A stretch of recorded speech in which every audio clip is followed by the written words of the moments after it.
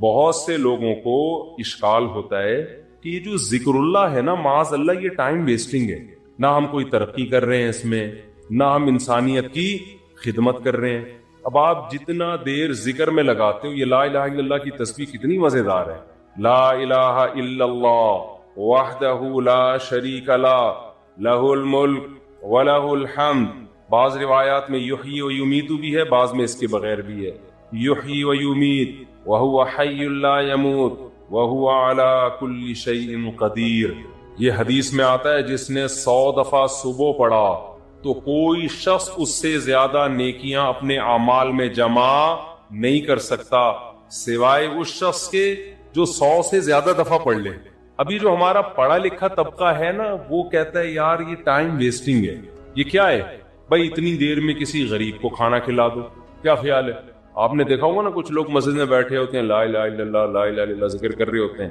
یہ جو ہمارا لبرل طبقہ ان کو بے وقوف سمجھتا ہے کہ یار اتنی دیر میں بزنس کر لیتے، اتنی دیر میں کچھ اور کر لیتے، کسی غریب کو کھانا کھلا دیتے، یہ کر لیتے وہ کر لیتے۔ اس کی اپنی فضیلت ہے، اس کی فضیلت کا انکار نہیں ہے، اس کی اپنی فضیلت ہے۔ وَيُطْعِمُونَ الطَّعَامَ عَلَى حُبِّهِ، ہمارے نیک بندے ہماری محبت میں غریبوں کو کھانا کھلاتے ہیں۔ کھانا کھلانا اپنی جگہ، لیکن ذکر کی فضیلت اپنی جگہ۔ ذکر کی اتنی فضیلت ہے کہ رسول اللہ صلی اللہ علیہ وسلم نے ایک حدیث میں فرمایا کہ صحابہ نے پوچھا یا رسول اللہ سب سے افضل عمل کون سا ہے؟ آپ صلی اللہ علیہ وسلم نے فرمایا اللہ کا ذکر کرنا، یہ جو تسبیحات ہیں۔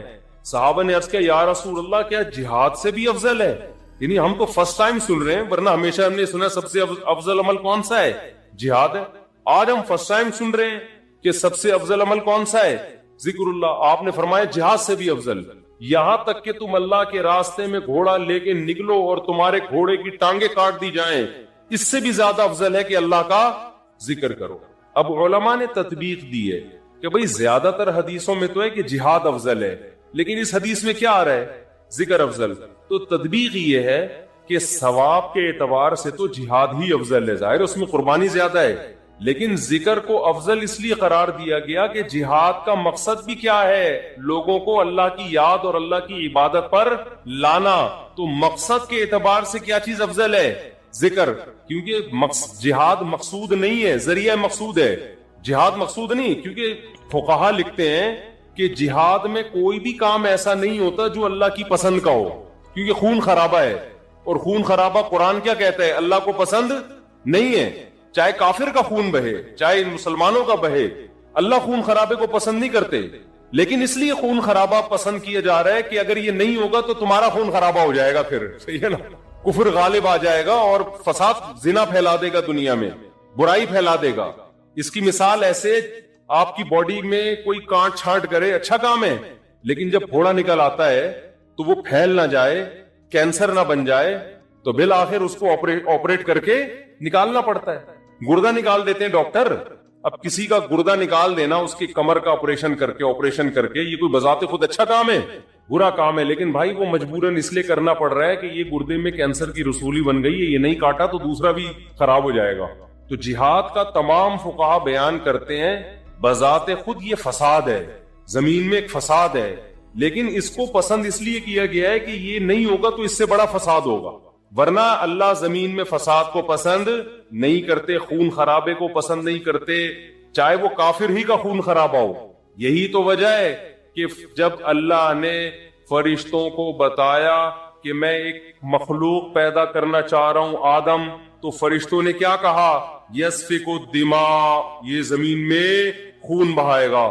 فرشتے جانتے تھے کہ خون بہانا اللہ کو پسند نہیں ہے، ورنہ فرشتے یہ اعتراض تھوڑی کرتے، بلکہ فرشتے یہ بتاتے کہ اللہ یہ جہاد کرے گا، خون بہائے گا، دو اور ایسے آدم ہونے چاہیے۔ کیا خیال ہے؟